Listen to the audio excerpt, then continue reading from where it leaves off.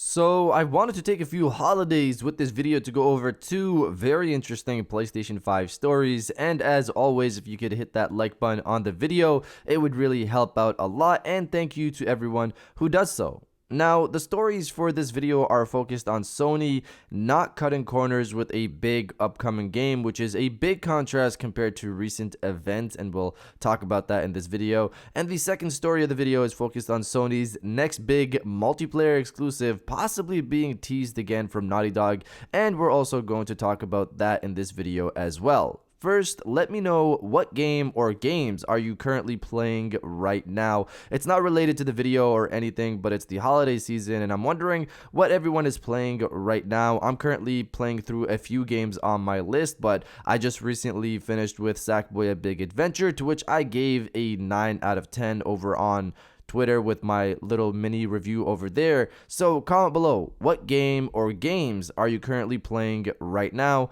Let me know down in the comments below. Now, diving into the first story of the video, Sony's next big multiplayer exclusive. So, one of my favorite multiplayers ever made, and again, this is just my opinion, is Last of Us's Factions mode. I enjoy it a lot and still play it to this day because of the team-based focused aspect of the game, mixed with crafting and the gunplay mechanics, among other items in the game. The multiplayer is unique in my opinion. I'm not sure where else I'd go to get something similar to Last of Us Factions.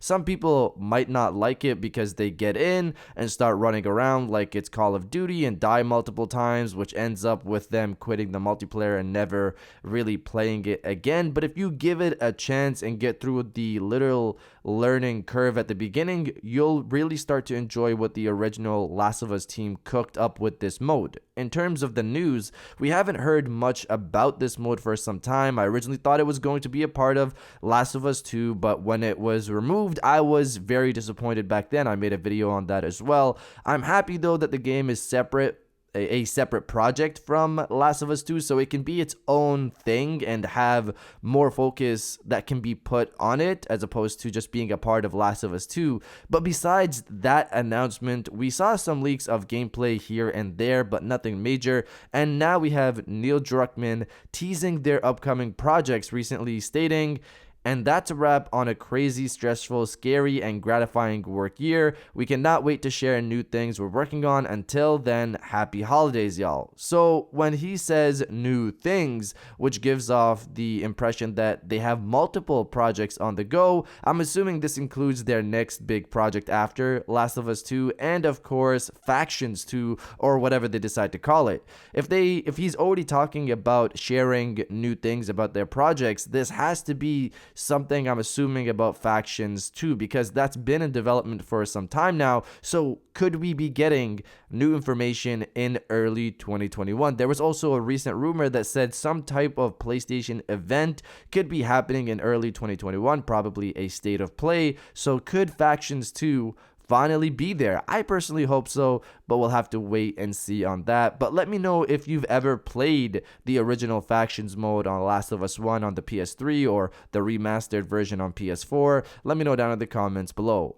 Now, diving into the second story of the video, Sony not cutting corners. So as we've recently seen with what happened with Cyberpunk 2077, they clearly cut corners here and there with their situation, but we know that's due to the higher ups and just simple greed. I understand they're a business and money is up there as their top priority or one of their top priorities, but releasing what they did hurt that priority with people asking for refunds, and their reputation that they've built up for so long is now, I want to say, slightly tarnished by what happened with Cyberpunk 2077. On that note though, knowing the studio, they're going to most likely turn this around and produce something amazing when the next gen versions of the game release next year. We're already getting updates for the PS4 and Xbox One versions of the game, and I've seen some people saying the game is becoming more stable after these patches, which is great to hear, of course. In terms of Sony, they've been producing top caliber games during the PlayStation 4 era and smashed the gates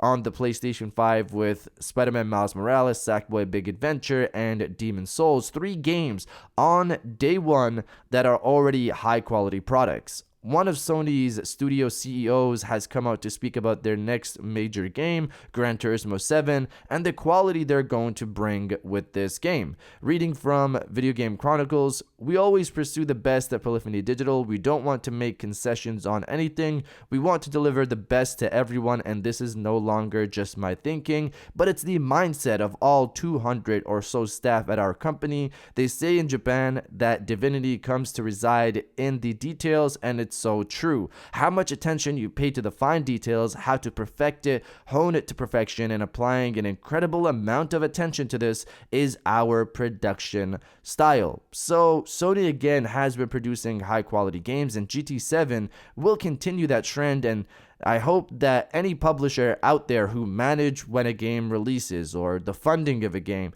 take in what happened with Cyberpunk 2077 and the aftermath of what happened, and listen to what we're getting here from Polyphony Digital and in general what Sony has produced, among other studios at third parties as well, of course, but Sony has been consistently producing high caliber games. In the end, please the fans and the money will follow. It's really that simple, I think, but you guys let me know if you're picking up Gran Turismo 7 for the PlayStation 5 next year or not. Let me know down in the comments below. And if you guys did enjoy this video, please hit that like button, as it always helps, and subscribe if you're new. I got new videos every Monday, Wednesday, and Friday, and now I'll check you guys out on the next one. And welcome back to the after show. This is the part of the video where we have a little fun down in the comments below. If you're old, welcome back. If you're new, welcome. For today's thing, what I want you guys to do is to body, obliterate, destroy, and overall harass the comment section with "Cook it to completion." Obviously, this is in reference to what happened with Cyberpunk, and in contrast, how Sony keeps producing these high caliber products. So if you agree with the high caliber products and agree that developers need to wait until their game product is done before they release it, destroy the comment section with "Cook it to completion," and I'll definitely heart those comments like I always do, because I appreciate everybody who stays to the end of my videos. And now I'll check you guys out on the next one.